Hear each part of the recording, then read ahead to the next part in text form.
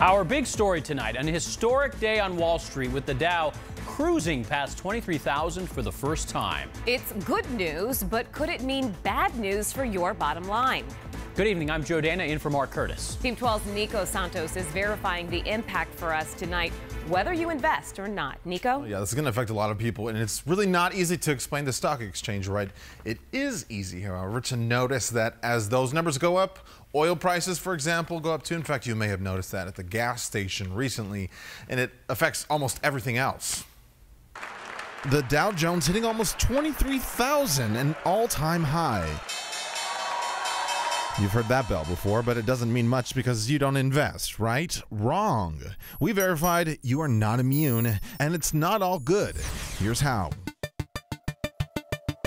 The long-term trend is that the stock market is going up. Matt Vian is the founder of Northside Wealth Management in Tempe. His motto, money doesn't come with instructions. The stock market doesn't either. It's really hard to time if the market's at an all-time high, if it's going to pull back or not. Or if it'll keep going up.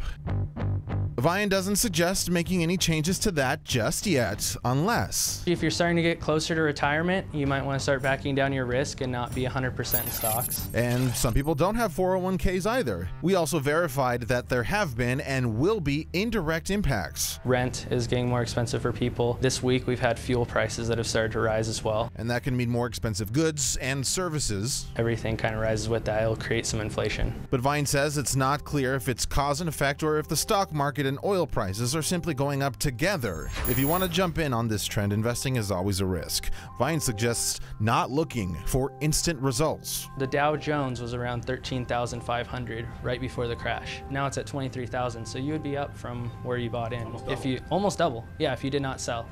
Now people that sold, they locked in their losses. So the stock market's all about thinking about the long term and just contributing consistently. Okay, Vian says the economy, really the majority of the world, is rebounding along right with us, the U.S. That's really only adding to our momentum. Here's the question, though. So will there be another crash like we saw in 2008? Of course, hopefully not anytime soon, but the trend of the stock market has always had dips. Nico Santos, 12 News. All right, thanks so much, Nico.